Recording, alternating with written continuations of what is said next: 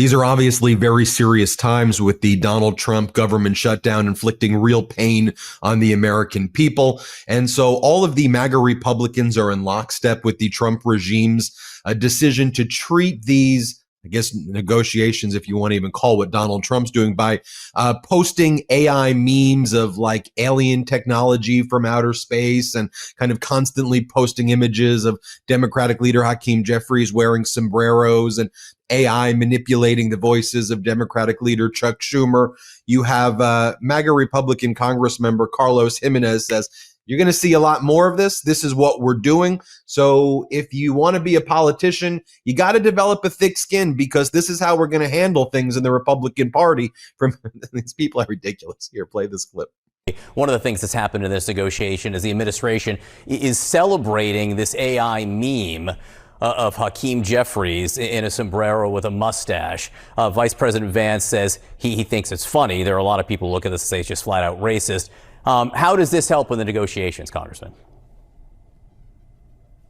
Look, I think it's just making fun of Hakeem Jeffries. I think everybody needs to chill out a little bit, okay? It's and you're going to see more of these things happen, and so people need to develop a little bit thicker skin. And that's and it comes with the territory when you are a politician. So I would expect the meme to come out of me, and so if you complain about it, you're just going to get more of it. And so no, I saw it. Okay, I kind of chuckled, and then we move on. No one would ever meme you, Congressman, but I do wonder what the thousands right, of furloughed. Yeah. I do wonder what the thousands of furloughed federal workers think and how they think this is helping them right now. And that's exactly the point. I mean, look, obviously politicians should have thick skin. Obviously, humor is something that we should all embrace. I think I like a good joke. I like comedy, but there's also a time and a place for things. And also, this is coming from the Oval Office, AI images during an issue where tens of millions of Americans can lose their health care and die. The serious stuff. And the behavior here, I go back to that California Governor Gavin Newsom, Marie Antoinette photo. The behavior is not just like eat your cake. It's like it's treating the American people like we're the joke. Like our lives and our family and our children are the freaking punchline here. And that's the part that upsets me here. You have MAGA Mike talking about that as well. Here, play this clip. Many of you asked me this morning about sombreros and memes and why Hakeem Jeffries is all alarmed by that. But look, these are games. These are sideshows. People are getting caught up in battles over social media memes. We've got to keep this is not a game. We've got to keep the government open for the people. I don't know why this is so complicated. And to my friend Hakeem, who I was asked about, man, just ignore it. I mean, Gavin Newsom was trolling me last night. He painted me like a minion. He painted me yellow with big glasses and overalls. And I thought it was hilarious. You don't respond to it. For all my friends.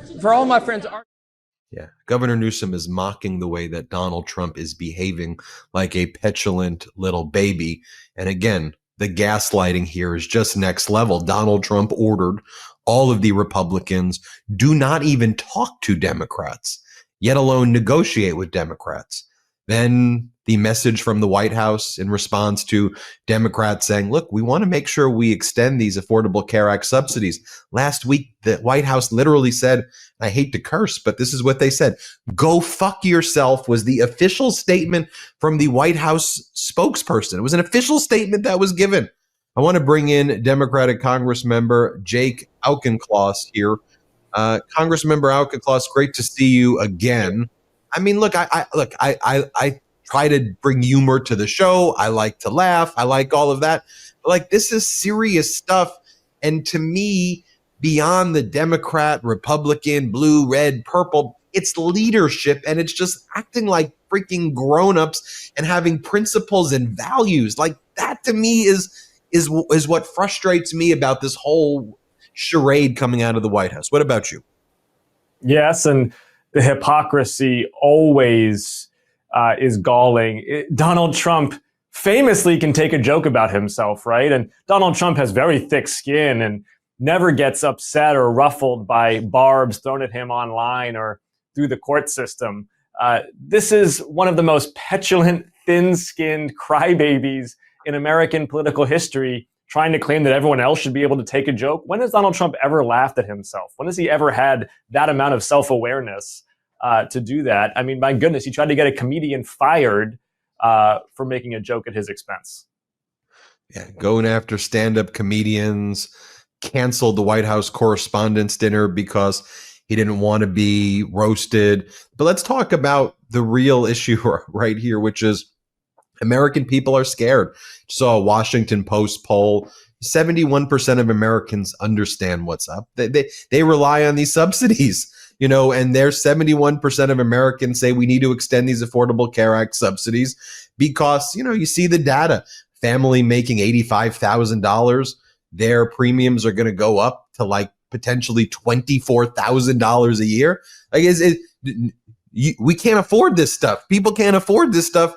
And when Donald Trump's doing his whole let's blame transgender people and let's blame illegal immigrants, I don't know. I just think that this is a little bit different for the American people. It's like, wait a minute. I'm on an Affordable Care Act plan. I need this. Do you think this is different? Or, because this is the same playbook they always try to use. I think what you're seeing in that Washington Post poll is that the middle class has had a bad 2025.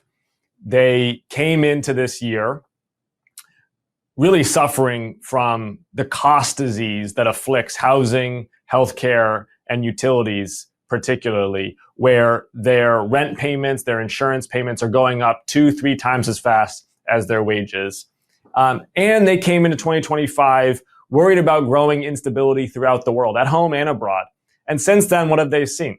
They have seen that housing, that utilities, and that healthcare have continued to inflate at double-digit rates. And they've seen that this president is picking a fight with Canada and Los Angeles while rolling out the red carpet for Russia. This is not an America that they recognize. And what they want are some wins. They want some wins for the middle class. So before this shutdown, well before this shutdown, I led a group in laying out some starting conditions that the Republicans should meet us at, not expecting to get everything that we want. That's not how Congress works when you're grown-ups, but at least starting a negotiation on reversing the worst of the Medicaid cuts that are going to raise the cost of long-term care for the middle class, on refunding the COPS grants that the GOP has gouged. That's going to make it harder to hire and train local law enforcement, releasing the Epstein files as a way to build back some public trust, giving Congress a vote on the tariffs that are inflationary across the country. These are all things that have a supermajority support across the country. They're not actually particularly partisan if you look at the data. And I don't know why the GOP would rather drown the federal government than just help the middle class stay afloat. Congressman Auchincloss, you're a Marine, you're a veteran, trained at Quantico. I got to get your reaction to what you observed when Donald Trump went to Quantico. You had all those generals and admirals there who were basically silent the entire time. And lots of people are saying that their silence actually spoke volumes to the kind of clown show that Donald Trump and Pete Hegseth were doing there. And you and I often talk beyond just the politics of it, just leadership, service. What did you observe there? Would love to get your take on that.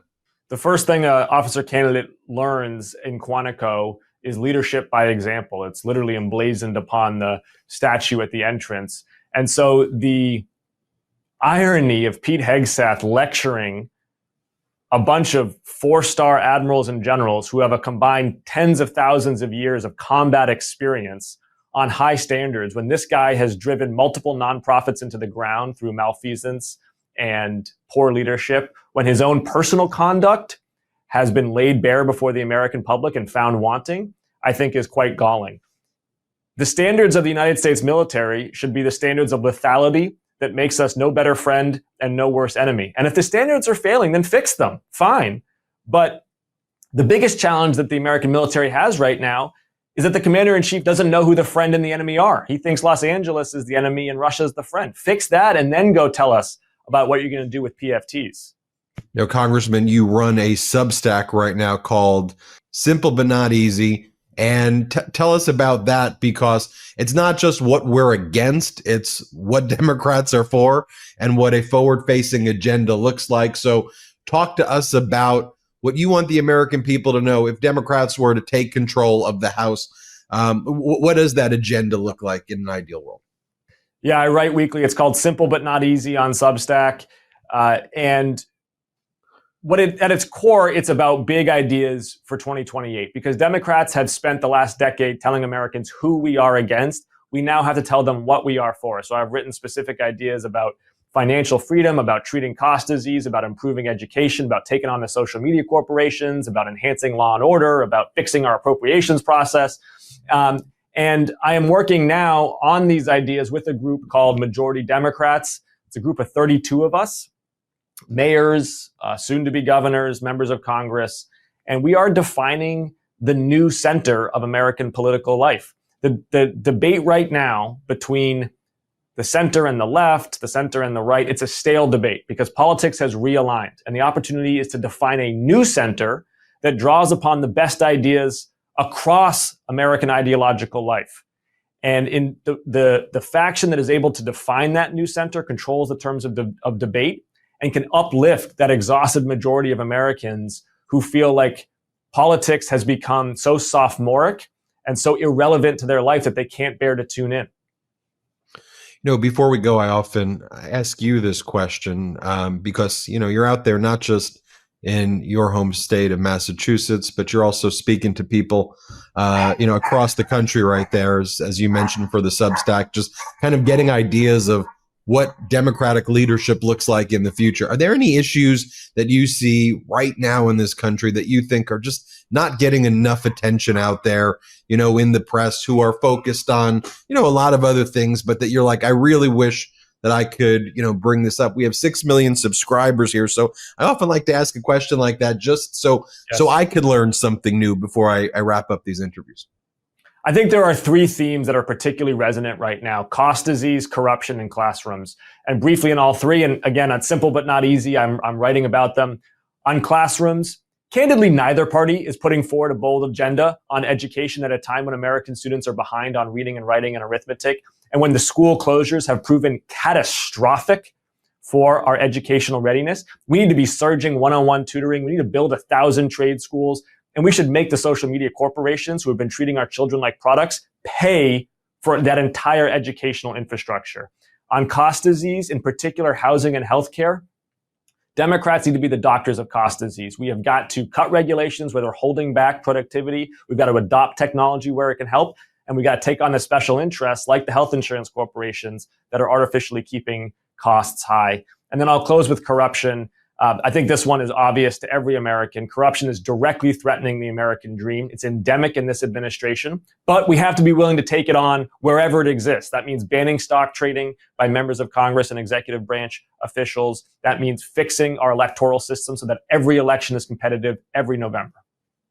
Congressmember Jake Auchincloss, thanks for joining us. And everybody, check out his Substack, Simple But Not Easy, on Substack. Thanks, Jake. Be well. Everybody hit subscribe. Let's get to 6 million subscribers. Thanks for watching. Be sure to add the MeidasTouch podcast on Apple Podcasts, Spotify, or wherever you get your podcasts for new updates every single day.